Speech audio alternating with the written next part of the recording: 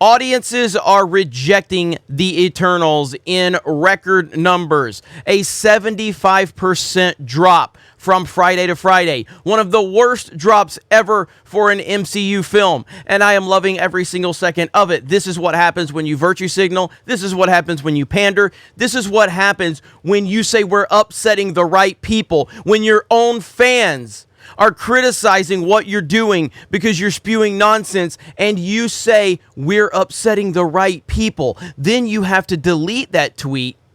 And I'm loving it because you get what you deserve. MCU Phase 4 is off to a terrible start. We have seen nothing but backstep after backstep after backstep since Endgame. They peaked with Endgame, no doubt about it. The MCU, the Marvel Cinematic Universe, one of the most successful, if not the most successful things we have ever seen in cinema from a box office standpoint.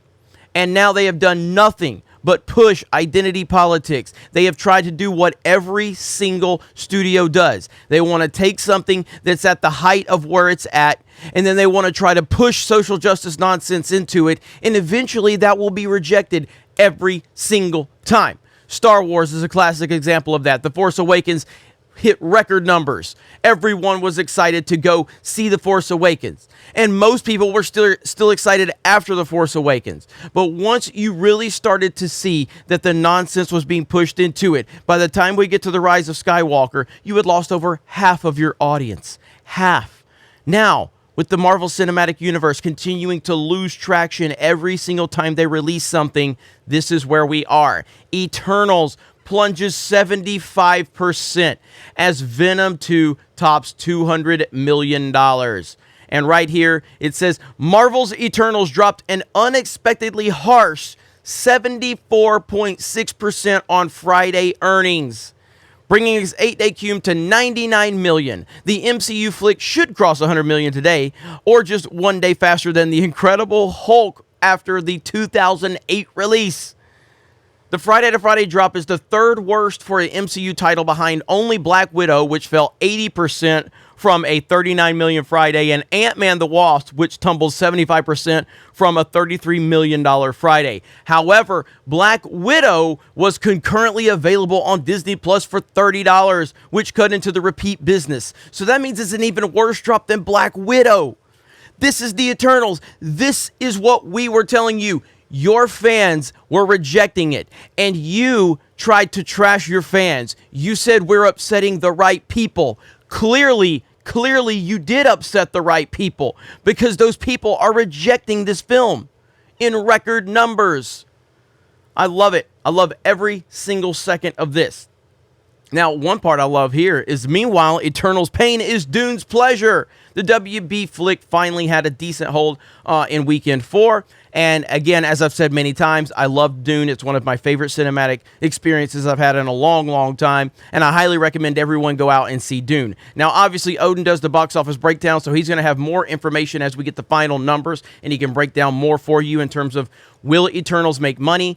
And again, based on what we're seeing, I don't think Eternals is going to make money.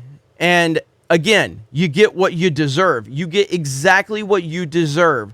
This is what you asked for. This is what fans have tried to say over and over again. We don't want to hear your nonsense. We don't want to hear about representation and diversity and inclusion. There's no problem with representation, but when you weaponize it, when you politicize it, that's where it becomes a problem. People will go see a good film with good characters, with interesting stories. They will, every time. That's not a problem. That's never been a problem. But they try to rewrite the history books over and over and over again every single time they release a film so they can push their nonsense. And then once you hear them marketing the way they marketed the Eternals, you realize this is not about the story. This is not about the characters. This is not about making a good movie. This is about making a political statement. And that is why people are rejecting it. Rightfully so. You get what you deserve. When you upset the right people, the result is you have a 75% drop.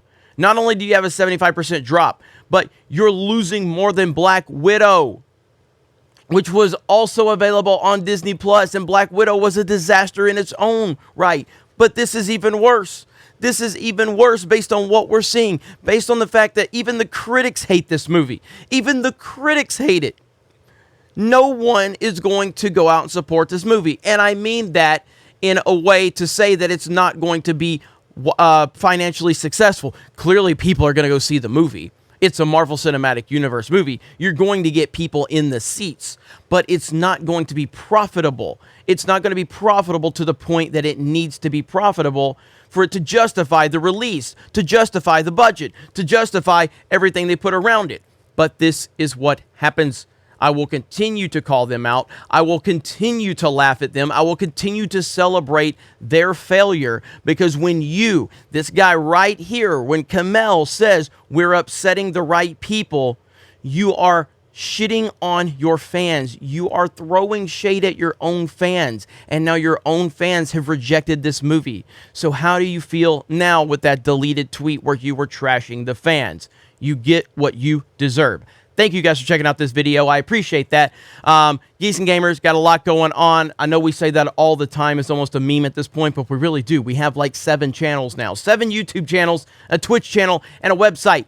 And that is not even nearly starting to scrape the beginnings of what we're doing in Orlando and other places. It's a lot. Friday Night Tights is doing a great job.